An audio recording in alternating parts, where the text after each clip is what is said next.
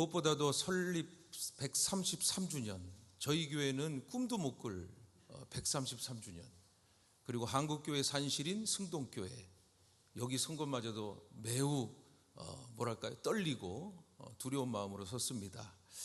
특별히 오늘 한여름밤의 기도회에서 우리 최영태 목사님께서 저에게 아주 특별한 임무를 주신 것은, 보통 제가 저번 주에 영상을 보니까 교회에서 하시더니 오늘은 기도원으로 부르신 이유가, 제가 소리를 하도 지르니까 기도원으로 불러주셔서 말 실컷 하면 소리 질러봐라, 그런 의미로 여기 온 것 같습니다. 어찌되었든 한국교회 살아있는 역사가 되는 교회, 그리고 십자가의 순전한 복음으로 저는 이 승동교회를 많이 온 거 있습니다. 이 승동교회는요, 조선 왕조에서 근대화를 이루어 나가는 그 선교 복음에 가장 중요한 위치에 있었던 교회였죠. 그래서 이 133주년이라고 하는 의미는 그냥 숫자가 아닌 것 같습니다. 이제 20세기에서 또 21세기, 이 거대한 전환기 속에서도 새로운 장을 열어가는 승동교회의 제2차 부흥과 또 제2차 하나님이 역사하시는 놀라운 일이 우리 최영태 목사님과 또 우리 장로님과, 그리고 그 외에 오늘 함께하는 교육부서를 통해서 이뤄지기를 주님의 이름으로 축원합니다. 여러분, 오늘 저는 목사님으로부터 특별한 이 주제를 받았는데요, 바로 양육에 관한 주제를 가지고 특별히 성경의 구속사적인 사건을 여러분과 함께 오늘 본문을 통해 나눠보고자 합니다. 그 전에 오늘 특별한 날이죠, 여러분. 오늘이 무슨 날이냐면 월드컵이 있었던 날입니다. 그래서 우리 대한민국이 누구랑 싸웠죠? 저만 봤습니까? 네. 누구랑 싸웠습니까? 체코. 체코하고 어떻게 이겼죠?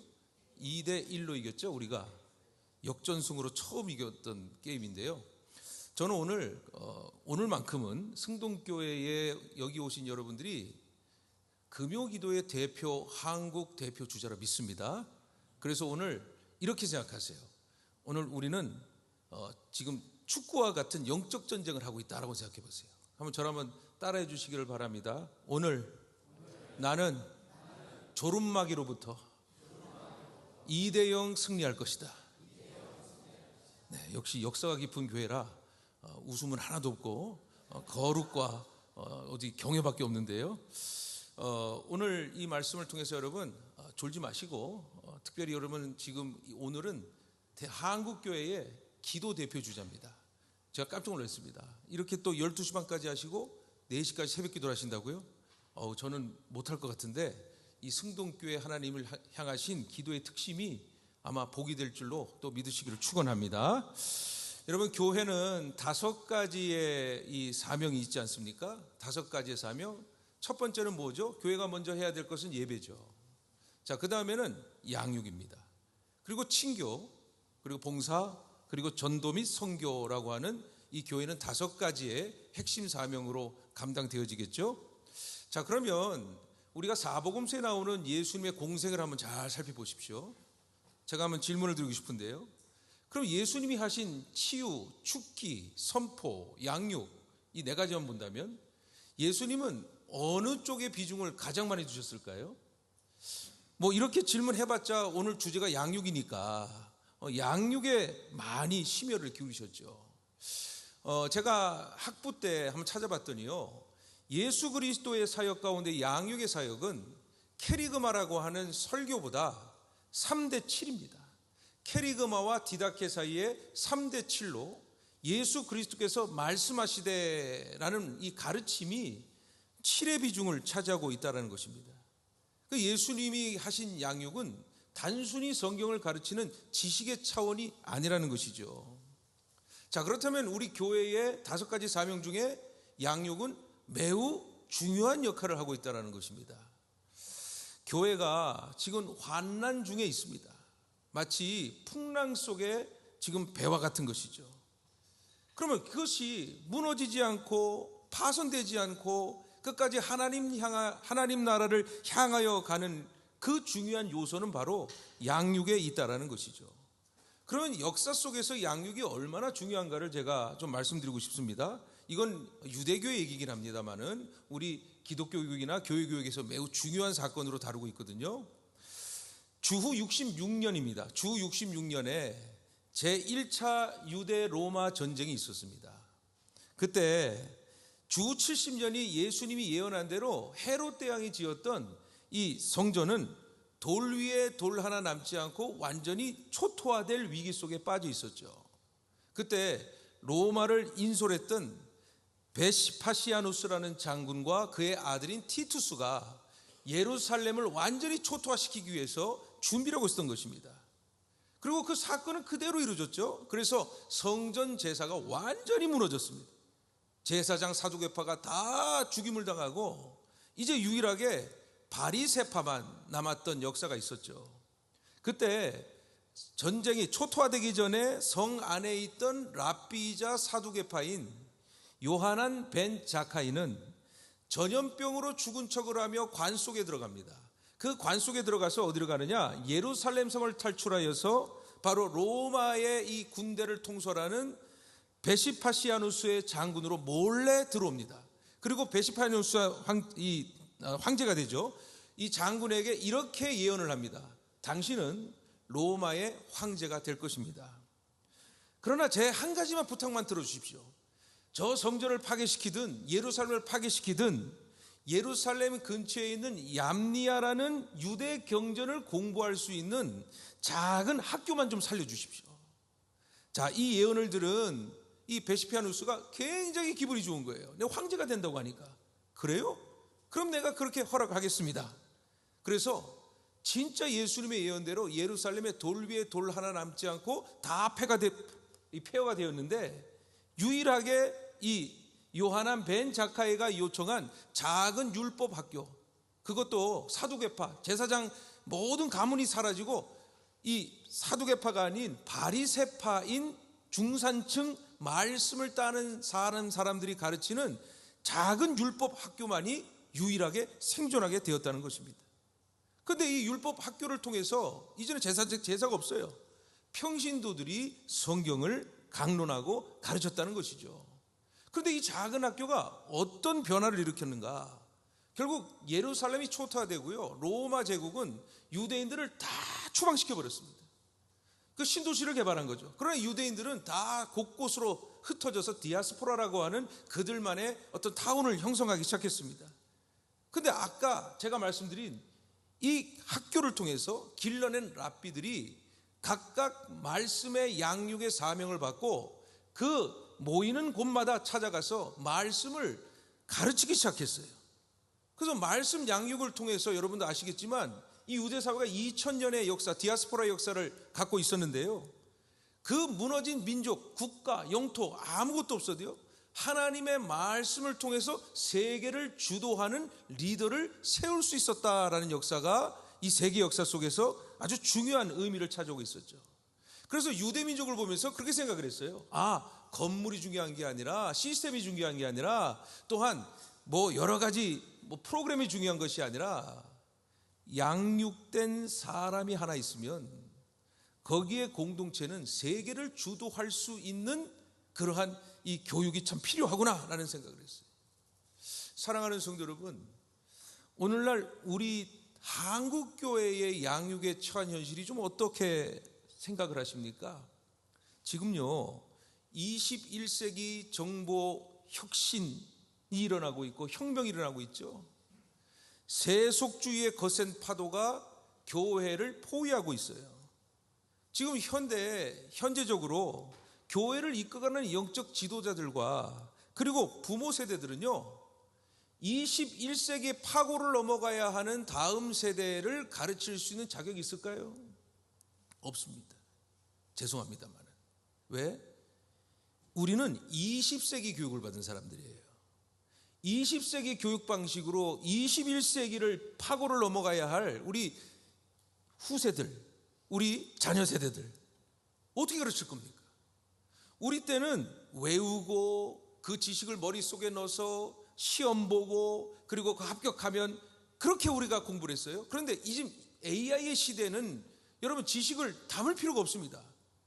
지식을 어떻게 에디톨로지해서 어떻게 편집해서 지식을 어떻게 활용하고 그걸 창의력 있게 만들어 가느냐에 대한 커리큘럼과 시스템이 우리에게는 없어요. 우리의 두뇌 안에는 여전히 20세기. 저는요, 이러한 창의와 다음 시대를 위한 교육은 어디서 해법을 찾을까라고 생각해 봤더니 이미 했더라고요. 그 해법은 어디 있냐면요, 승동교회 133년의 역사 속에 흐르고 있는 십자가의 본질에서 저는 있다고 확신해요. 여러분, 19세기 말 사무엘 무어 목사님은 이 땅의 근대화를 주도하는 가장 정신적 근간을 시작하신 목사님이에요. 영적 지각 변동을 일으킨 목사님이에요. 저는 삼자로서 그렇게 보는 겁니다. 이 선교사님들이 19세기에 굳건했던 조선 왕조의 이 유교의 반상 제도를 기독교의 예수 그리스도의 평등 사상과 만민 사랑의 사상으로 돌파해 버렸단 말이죠. 여러분이 다니는 교회에 설립한 이 사무엘 모 목사님은 백성과 천민들을 위하여 십자가의 복음을 증거했습니다. 양반과 쌍놈이 함께 있을 수가 없는 그곳에, 그 상황 속에서 교회만큼은 모두가 다 똑같은 하나님의 자녀요, 천국 백성으로 당당히 여러분들은 함께 해야 합니다. 지금에서야 우리가 아무 감흥이 없지만 그 당시에는 굉장한 창의성이었고 복음의 굉장한 능력이었다는 거예요. 좀 외람된 말이지만요, 아까 제가 최영태 목사님하고 대화하면서 이게 이 말을 할까 했지만 저는 삼자 입장에서는 그래요. 자랑스럽습니다. 이 승동교회는 세상에서 바라볼 때는 백정교회라고 불렸죠. 그게 승동교회 시작 아닙니까? 그 당시에는 그런데 그 백정교회라는 것이 천하고 버림받는 것이 아니었습니다. 시대를 바꾸는 키워드였습니다. 단순한 인권운동이나 사회개혁이 아니었단 말입니다. 이 놀라운 복음의 역사가 구속사적인 본질이 되어서 이 사회를 바꿀 수 있는 가장 중요한 핵심이 되었던 거예요. 21세기 AI 인공지능과 첨단 과학의 고도화, 이것이 계속 지금 교회로 찾아오고 있어요. 그걸 어떻게 우리가 해석하고 어떻게 적용할지를 지금 사실은 정체성도 모른 채 우리는 그냥 방법과 사용으로 하고 있단 말입니다. 그런데 제가요, 고대 16대 학장인 지금 떼제 학교의 교장이신 그 교수님의 강의를 들어본 적이 있어요. 21세기의 인재는 똑똑하고 실력 좋고 스펙 좋은 사람이 아니다. 21세기가 찾는 진정한 이 지도자는 바로 인성이 바른 사람이다. 그러면 이 사회 속에서 인성이 바른 사람은 누굴까요? 그것은 바로 공동체성에서 내가 내 이익을 추구하는 것이 아니라 그 공동체를 위해 헌신할 수 있고 겸손할 수 있고 그 공동체를 위해 충성할 수 있는 그러한 인성을 가진 그러한 사람들이 21세기의 리더가 될 것이라고 얘기한 거예요. 자, 그럼 다시 교회로 돌아오겠습니다. 여러분, 대한민국 그 어떤 기관도 사랑을 가르치지 않아요. 그저 자기가 잘 되는 것만 얘기합니다. 스펙을 가르칩니다. 실력을 가르칩니다. 어느 누구도 자기가 헌신하라고 하지 않아요. 손해보지 말라고 하는 게 세상이에요. 그러나 교회가 가르친 건 뭐죠?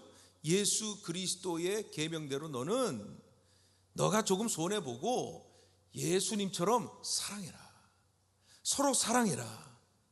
예수님이 너를 사랑하였듯이 너도 사랑하라고 하는 교육은요, 어느 대한민국의 교육기관도 가르쳐주지 않는 것입니다. 자, 그렇다면 21세기의 자녀를 주도할 수 있는 이 부모와 교회가 먼저 해야 될 게 뭘까요? 저는 방법론을 여러분에게 이 긴 밤에 설명하지 않겠습니다. 딱 한마디만 말씀하겠습니다. 여러분이 진짜 21세기 여러분의 자녀와 다음 시대를 이끌어갈 리더를 세우기 위해서는요, 저와 여러분들이요, 예수님의 제자가 먼저 되어야 한다는 것입니다. 예수님께서는 이와 같이 말씀하셨죠. 누구든지 나를 따르려거든 자기를 부인하고, 첫 번째입니다. 자기를 부인하고 자기 십자가를 지고 나를 따를 것이니라 라고 말씀하셨단 말이죠. 그럼 여러분, 예수님의 제자가 되려면 제일 먼저 될 게 뭐죠? 자기 부인이라는 거예요. 그럼 자기 부인은 무엇인가 설명드리겠습니다. 갈라디아서 2장 20절의 말씀이죠. 이 2장 20절의 말씀에 뭐가 있습니까? 내 안에 나는 죽고 예수로 사는 것이 자기 부인이라는 것입니다. 그러면 자기 부인을 좀 더 구체적으로 설명드리죠. 자기 부인이라는 것은 내가 내 주관으로 나를 판단하는 것이 아니라 어떤 절대적인 객관성 앞에서 나를 반추해보고 나를 비춰본다는 거예요. 그럼 여러분, 우리가 있는 절대적 객관성이 무엇일까요? 바로 말씀이에요. 하나님의 말씀을 보고 내가 나를 부인해야 돼요. 내가 잘났다, 내가 최고다라는 것이 아니라 절대적 하나님의 말씀 안에 나는 없어요. 내가 여기서 예수를 찾고 여기서 예수를 발견해야 나의 죄가 드러나고 나의 나약함이 드러나는 것이, 그것이 제자가 되는 첫 번째 예수님이 가르쳐주신 덕목이라는 말이죠. 우리는 20세기 교육을 받아서요, 교사와 학생은 확연하게 구분되고 있습니다. 그런데 여러분, 21세기 교육은요, 가르친다는 것은 곧 배운다라는 거예요. 가르치는 사람이 무엇이든지 배우려고 하지 않으면 그게 뭐가 돼요? 그게 옛 고집과 전통이 되는 거예요. 이 선생이라는 것은 가르치는 자가 아니에요. 선생은 먼저 배우는 자가 돼야 돼요. 그래서 학생이 얘기하는 부분을 내가 널 가르친다라고 하는 그런 주도적인 학습이 아니라 내가 너를 통해 배운다라고 우리가 받아들여야 된다는 거예요.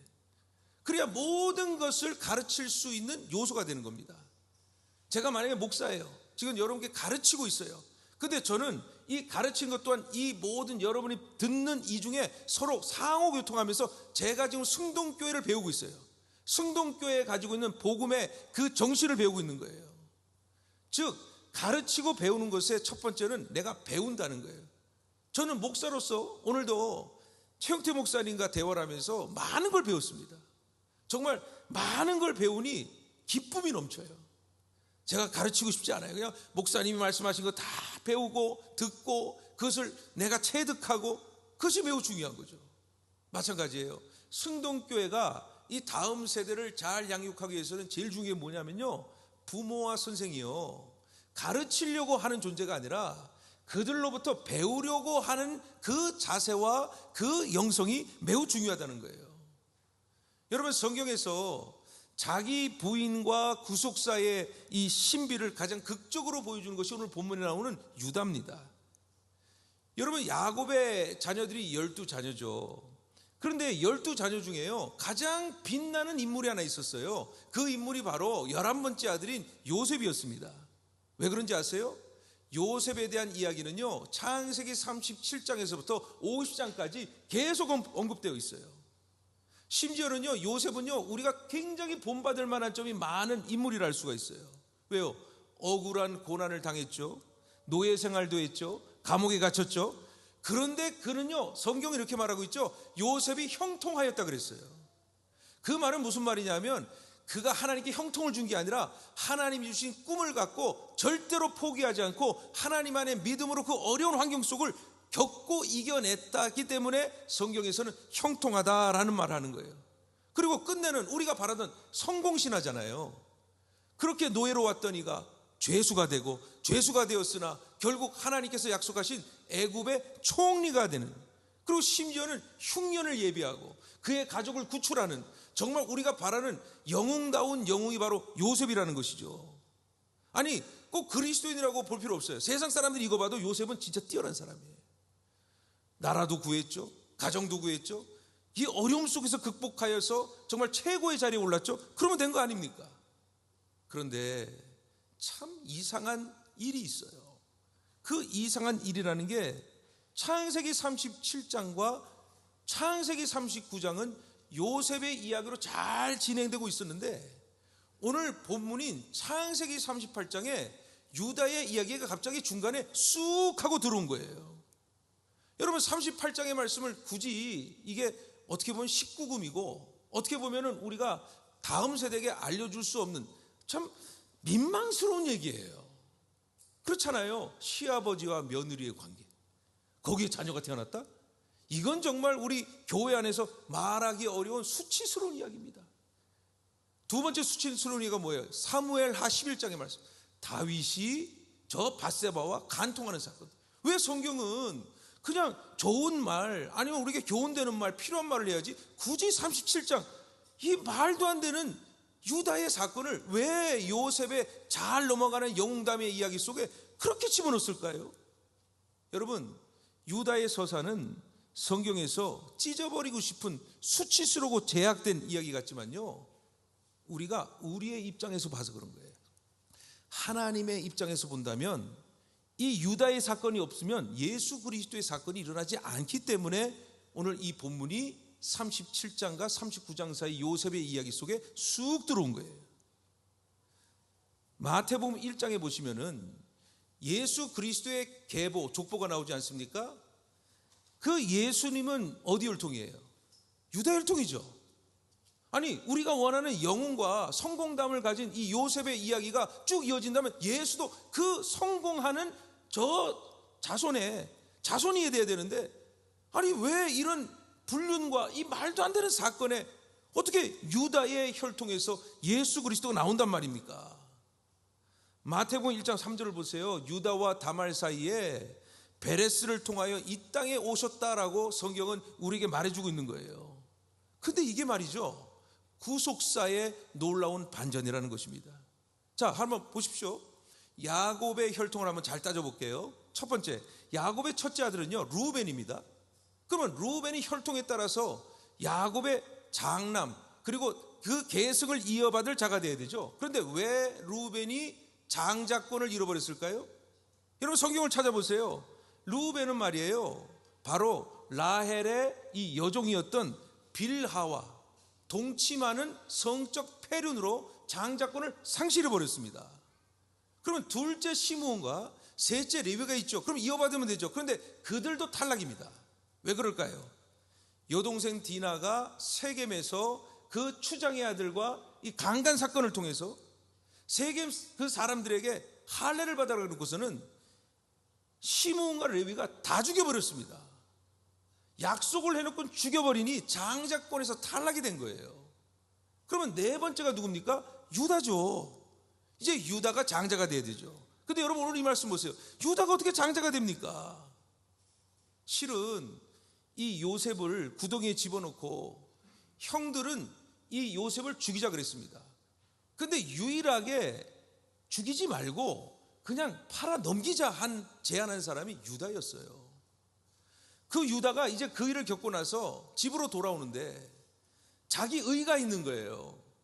아니, 형제를 죽이자는 이 형들하고 내가 어떻게 같이 사냐, 이렇게 나쁜 형들하고는 못 살겠다. 그래서 집을 나와버린 거예요, 유다가. 자기 의 때문에, 내 의로움 때문에. 결국 어디로 갔습니까? 아둘람이라는 곳으로 가게 되죠. 가나안 땅을 갔다는 말입니다.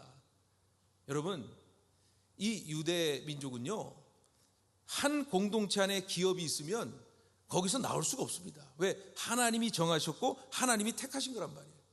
근데 유다는 자기 의 때문에 나온 거예요. 하나님의 약속에서 벗어난 거예요. 여러분, 교회라는 공동체가 얼마나 소중한지 아십니까? 그 교회가 어떻게든 뭐 내가 봤을 때 옳고 그러든 그게 중요한 게 아닙니다. 교회는 예수 그리스도의 몸이요, 예수 그리스도를 모시는 아주 거룩한 공동체란 말이죠. 왜 우리가 교회 와서 시험을 들고 왜 우리가 교회 와서 넘어집니까? 하나님을 보지 않고 사람을 보기 때문이잖아요. 그리고 사람을 보는 내가 의롭다 했기 때문에 그런 거 아니겠어요? 나중에 설명드리겠지만 교회를 떠난 유다가 어떠한 슬픔과 고통을 당하는지 여러분 아마 놀라실 거예요. 자, 보세요. 유다가 가나안 여인과 결혼을 해요. 말이 됩니까? 절대로 그럴 수가 없습니다. 여러분, 하나님이 택하신 이 사람과 결혼해야 됩니다. 그런데 유다는 자기 마음대로 떠났어요. 자기 마음대로 떠나서 거기 있는 여인들과 세상에, 이 말씀 속에 또 뭐가 나왔냐면요, 결혼했다고 나오지 않아요. 동침하였다, 동거하였다 그랬어요. 그러면 결혼 생활 아니에요. 그냥 동거한 생활 했단 말입니다. 유다가 내가 형들이 저 사람 죽이는 형들 싫어서 나왔는데요, 자기 의가 점점 더 타락해져 가는 거예요. 점점 더 죄를 짓고 있는 거예요. 어떻게든 그렇게 동거하며 사는 삶 가운데 하나님이 세 자녀를 줬죠. 바로 엘오난 셀라라고 하는 삼형제를 줬단 말이에요. 그리고 이방인 다말을 불려다가 엘과 결혼을 시켜서 이제 결혼 생활을 하게 되는데, 말씀해 보니까 이 엘이요, 하나님 보시기에 악한 일을 행하였다 그랬어요. 이 악한 일이라는 게 도대체 뭐길래? 하나님이요 직접적으로 사람을 죽인 역사 거의 없습니다. 그런데 말씀 보니까 애를 그대로 하나님 죽이셨다는 거예요. 그러면 어떤 죄냐면요, 바로 성경에 보면 사람을 바로 죽이는 죄의 대부분은 동성애를 했다거나 아니면은 저 가나안의 풍습에 따라 성적인 범죄를 저렇게 죽이는 거예요. 그러니 이제 다말이 남편을 잃어버렸으니 자기가 살 방법은 혈통을 이어가는 방법이잖아요. 그래서 이 아버지가 유다가 그의 둘째 아들인 오난을 불러서 야, 네 형의 혈통을 이어가야지. 그러니 네가 저 형수하고 잠을 자. 이게 그 당시 고대의 형수치사법이에요. 형이 죽으면 동생이 그 혈통을 잇게 해준단 말이에요. 근데 오난이 그 말을 들었습니까? 안 들었죠. 왜? 내가 만약에 형의 혈통을 이어가면 내가 장남이 되는데 얘가 태어나면 다시 얘한테 장남권을 넘어주는데 내가 왜 주냐? 그래서 오난은 잠을 잤지만 혈통의 씨를 주지 않았다는 것입니다. 그래서 하나님이 누굴 죽였어요? 오난도 죽여버린 거예요. 자, 막내 셀라까지 남았습니다. 근데 이 셀라를 유다는 더 이상 그 남은 자녀를 살리기 위해서요 다말에게 주지 않고 다말에게 네 아버지 집으로 돌아가라. 애가 아직 어리니까 애가 더 크면 너 다시 내가 그렇게 연결해 줄게 라고 말한 거예요. 여러분 잘 보세요. 지금 유다가 하나님의 집에서 떠났습니다. 그런데 하나님에서 떠났더니 그 두 아들이 죽었습니다. 떠나면 죽는 거예요. 여러분 아까 제가 뭐라 그랬죠?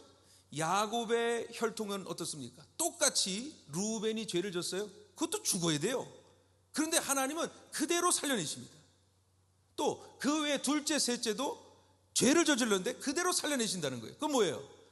하나님이 있는 곳에 하나님께 붙어 있으면 하나님께서는 죄를 용서하시고 하나님께서는 그 생명을 이어간다라는 거예요. 승동교회의 신앙의 정신이 반드시 예수 그리스도의 복음으로 있다면 우리의 완전함이 아니라 우리의 의로움이 아니라 하나님의 은혜로 이 승동교회가 오늘도 기도하면서 하나님께 영광을 돌리고 믿음으로 살아가면 하나님께서 복을 주시고 회복하시고 치유하시는 예수 그리스도의 복을 누리시기를 주님의 이름으로 축원합니다. 여러분 다 이 다말이 남편들이 죽고 시아버지가 약속을 지키지 않아요. 결국 자기가 이 방법이 없어요. 이제 과부로서 살아남는다는 건 여성으로서의 죽음과 같은 거예요. 그랬더니 2절 말씀을 보니까요 다말이 무엇을 합니까? 지금 자기의 시아버지가 그 부인이 죽고 나서도 양털을 깎는다고 해서 올라가는 그 소식을 듣습니다. 그래서 무엇을 하죠? 과부 옷을 벗어버리고 창녀의 복장을 하고 그 유다를 기다렸던 거예요. 근데 유다가 얼마나 자기 의로움인지 부인이 죽고 정결해야 될 그가 며느리 다말이 창녀 복장을 하고 나서 그렇게 오니까 자기의 성욕을 이기지 못해서 그 며느리와 관계를 맺는 겁니다. 창녀인 줄 알고. 그랬더니 이 다말이 저 시아버지에게 뭘 요구합니까? 도장과 끈과 지팡이를 요구하죠. 오늘 본문 2절에 보니까 이 사건이 있는 석 달 뒤 다말이 행음하여 임신하였다는 소문이 온 동네에 퍼지기 시작한 겁니다. 그러자 유다가 분노하죠. 그러면서 하는 말이 뭐냐 하면 38장 24절에만 일어나오죠. 그를 끌어내어 불살르라 그런단 말이에요. 여러분 이 당시에요 만약에 행음을 했다면요 그냥 돌 던져 죽이면 됩니다. 근데 유다가 보기엔 우리 집안의 며느리가 도대체 누구랑 엮여갖고 이런 자식을 낳게 되냐, 그 분노와 화가 끌어오니까요 돌 던지지 말고 데리고 와서 불살라 죽여버리라는 거예요. 다말을 데려왔어요. 잠잠히 그는 시아버지가 준 도장과 끈과 지팡이를 내놓으며 말합니다. 이 물건 임자로 말미암아 내가 임신하였나이다. 다말의 뱃속에 있는 생명이 자신의 죄악의 결과로 비롯된 것을 그제서야 유다는 알게 됐어요. 이중성, 겉으로는 거룩하지만 속으로는 죄를 감추려는 이 추악한 범죄. 성도 여러분, 여러분이 유다였다면 여러분은 어떤 입장을 취하실 것 같습니까? 고대사의 시아버지는요, 막강한 권력을 줬고요, 며느리를 소유한 겁니다. 죽여도 괜찮아요. 그런데 이 유다는요, 오늘 본문에 뭐라고 나와 있습니까? 한번 찾아볼까요? 38장 26절입니다. 유다가 이렇게 말하죠. 유다가 그것들을 알아보고 이르되 그는 나보다 옳도다. 그는 다말이 나보다 옳도다. 이거는요, 단순한 체념의 말이 아닙니다. 내가 틀렸고 당신이 옳습니다. 그 권위와 권력을 가진 유다가요, 저 힘없고 그리고 임신했다는 악한 소문하에 죽어가는 저 다말을 보면서 그는 말합니다. 나는 틀렸고 당신이 옳습니다. 하나님께서 요셉의 결점 없는 완벽함이 아니라요, 유다가 드린 상한 심령의 참회와 회개의 고백을 더 기뻐하신다라는 진리를 이 38장을 통해 우리에게 알려주고 있는 거예요. 여러분, 유다의 회개가 있었기에 훗날 유다는 저 요셉이 베냐민을 인질로 끌고 오라고 하는 이 요구에 아버지 야곱은 절대로 데려갈 수가 없었을 때요, 유다는 이 회개를 통해 내가 앞장서서 아버지, 내가 담보물이 될게요, 모든 가족을 위해 희생하는 자녀로 하나님께서 선택하신 것을 볼 수가 있어요. 우리의 신앙생활 가운데 신앙을 오래 하면 오래 할수록, 교회에서 중직자가 되면 될수록 내가 의로워, 내가 수십 년을 신앙생활했어, 내 경험이 맞아, 내 판단이 항상 옳아. 어쩌면 회개하기 전 유다의 유혹에, 유다의 습관에 빠질 위험이 너무나 많다는 거예요. 목사인지도 그래요. 내가 맞아, 내가 목사잖아, 내가 성경을 더 많이 알잖아, 내가 더 많이 기도하잖아, 그 누가 나한테 뭐라 그래? 아니요, 아닙니다. 내가 먼저 무릎 꿇을 건, 주여 내가 죄인입니다, 주여 나는 옳지 않습니다, 오직 말씀이 옳습니다, 오직 예수 그리스도가 옳습니다. 지금 교회 학교는요, 흠없고 완벽한 리더십, 세상에 성공해서 하나님의 영광을 돌리는 엘리트가 되라는 이 요셉을 자꾸 만들어내고 있어요. 이거 틀리지 않죠. 그리고 이렇게 말하죠. 죄 짓지 마, 너 큰일 난다. 여러분, 십자가 앞에서 예수 그리스도께서 몸소 보여준 낮아지심은 어디 있습니까? 예수 그리스도께서 우리를 십자가에 죽으신 그 벌거벗은 몸은 어디 있습니까? 무결점이 착한 사람을 만드는 게 아니잖아요. 내 죄악을 깊이 알고요, 하나님의 말씀 앞에서 내가 회개하는 사건. 늘 나는 연약합니다, 늘 나는 부족합니다, 주여 주님이 옳습니다. 서로 갈등이 있을 때에 십자가를 생각하면 내가 옳다는 말이 아니라 당신이 옳습니다, 장로님이 옳습니다, 권사님이 옳습니다, 작은 아이라도 그 주장하는 말에 옳습니다. 승동교회 초기 역사에 이런 유다의 회개 역사가 일어났어요. 곤당골 교회 시절 양방 교인들이 어떻게 감히 천한 백정들과 한자리에서 예배 드릴 수 있냐면서 좌석 분리를 요구했다고 합니다. 저는 정확히 모르지만 제 책을 찾아보니 그래요. 그랬더니 이 승동교회 초대 목사님인 사무엘 무호 선교사님이 이렇게 얘기했다고 하죠. 십자가 앞에서는 양반도 백정도 모두 동일한 죄인입니다, 하나님의 자녀입니다. 단호하게 거절했죠. 분노한 양반들이 집단으로 교회를 떠났어요. 그리고 근처에 홍수문골 교회를 세우지 않았습니다. 전 역사를 얘기하고 있습니다. 기득권을 지키려 했던 그들의 선택은 어떠했습니까? 양반들만 모이는 교회는 점차 생명력을 잃고 쇠락기를 걷다가 화재를 맞죠. 그리고 제중원에 임시 교회를 마련했습니다. 반면 곤단골 교회에 이 사무엘 목사님이 받아준 박성춘 장로님은 십자가 은혜 아래 그 은혜에 힘입어 전국을 다니며 개척을 하고 복음을 증거하는 뜨거운 성령의 이 사랑을 경험하며 전했다는 거죠. 3년 뒤 양반 교인들은 자신의 영적 교만을 철저히 회개하고 다시 돌아오죠. 합하죠. 유다처럼 형제여, 당신들의 믿음이 우리보다 옳습니다. 십자가 앞에서 신분의 차별이 있을 수 없습니다. 그래서 생긴 게 승동교회잖아요. 자기 부인과 회개를 통해 조선사의 벽을 허물어뜨리고 구속사를 완성해간 최초의 산실인 교회, 그 교회가 바로 여러분의 교회 승동교회임을 믿으시기를 축원합니다.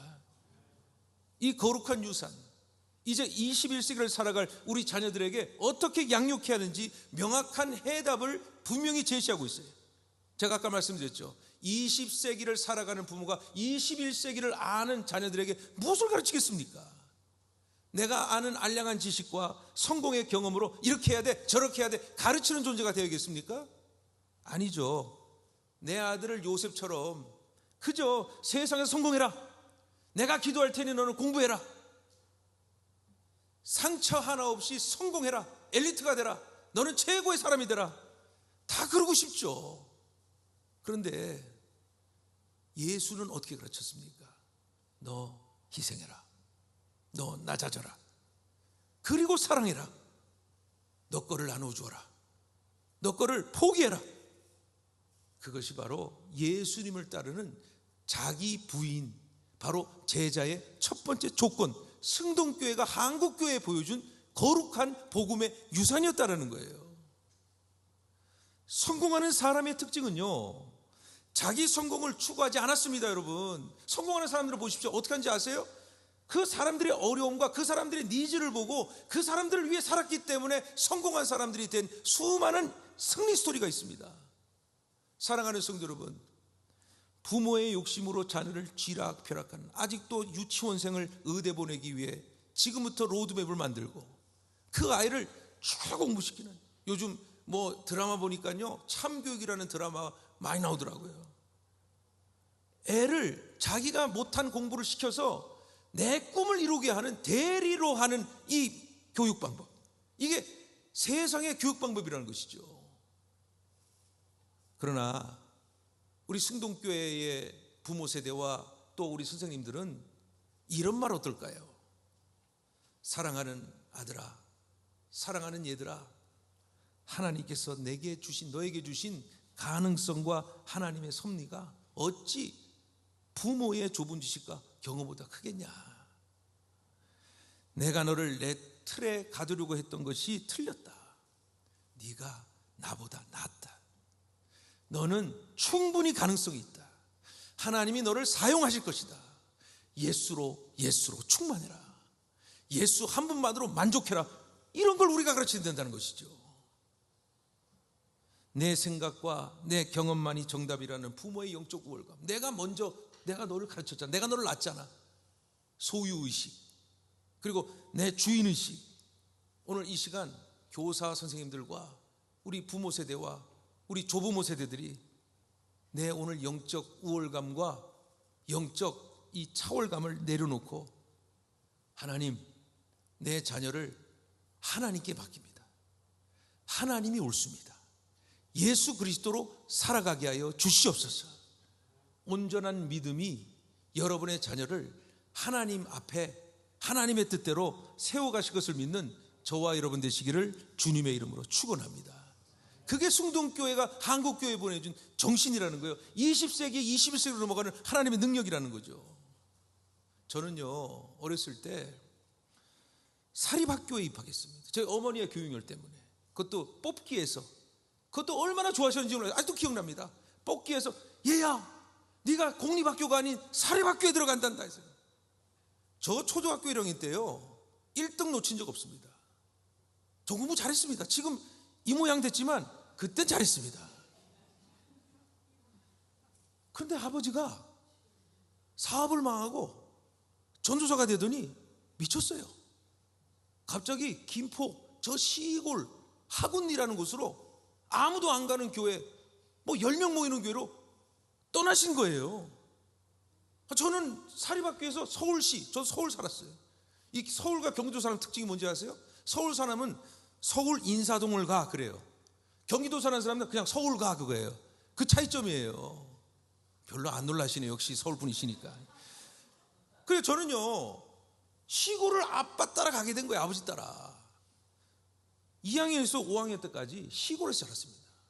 그런데 아버지는요 우리 삼형제가 자라는 모습을 보면 안타깝게 계셨나 봐요. 그래서 어디 서울 한번 갔다 오시면요 옛날 여러분 아시죠?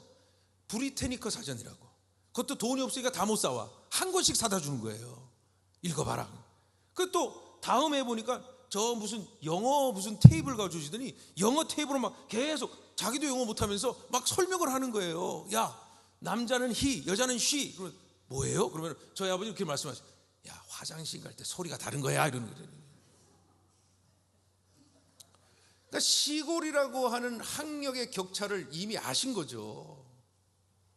그러니까 이리 해도 안 되고 저리 안 되고, 어떻게 하면 우리의 삼형제를, 내가 시골이지만 어떻게 하면 이 학력 격차를 뛰어넘을 수 있을까 했다고요.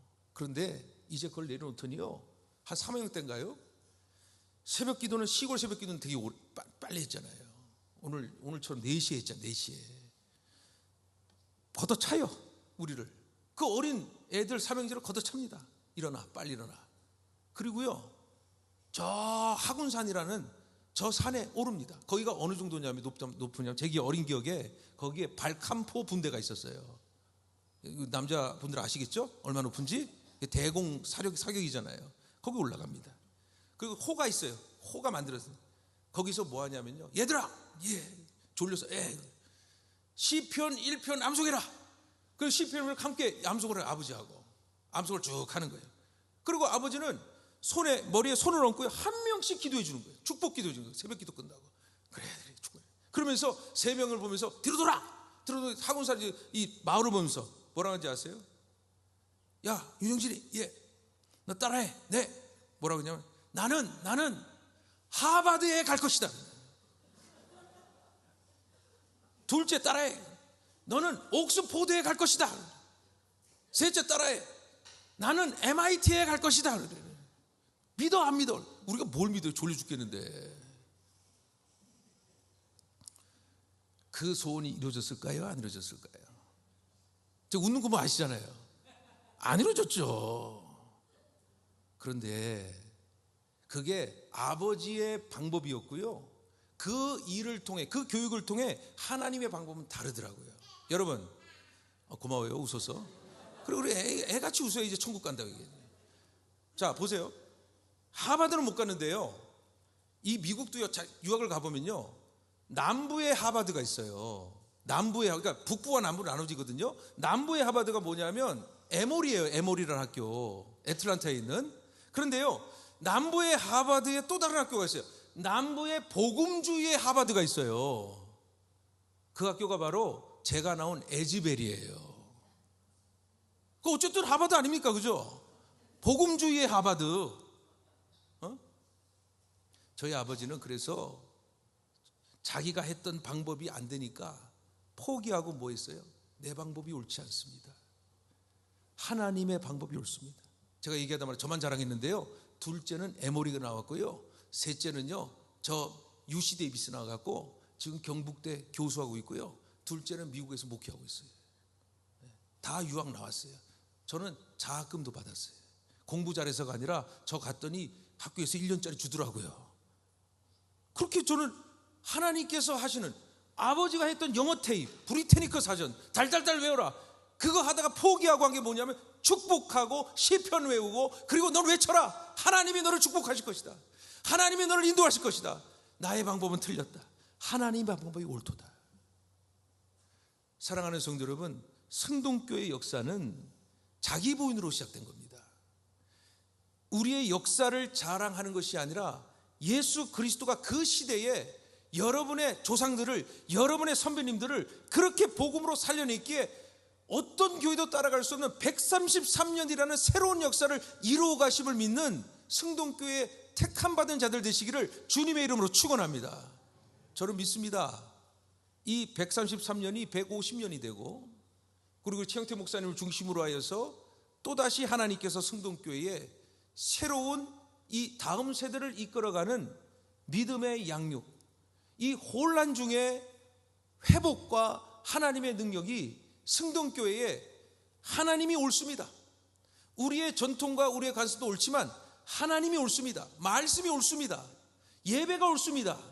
가장 신앙의 본질로 들어가면 들어갈수록 그 아름다운 전통이 여러분 이 교회 안에서 미래의 리더가 나오고 다시 시대를 이끌어가는 승동교회의 이 아름다운 역사가 오히려 새로운 부흥의 역사가 되는 그러한 일을 꿈꾸고 기도하는 환난 가운데에 하나님의 위로와 하나님의 능력이 충만하는 그런 교회가 되기를 주님의 이름으로 축원합니다.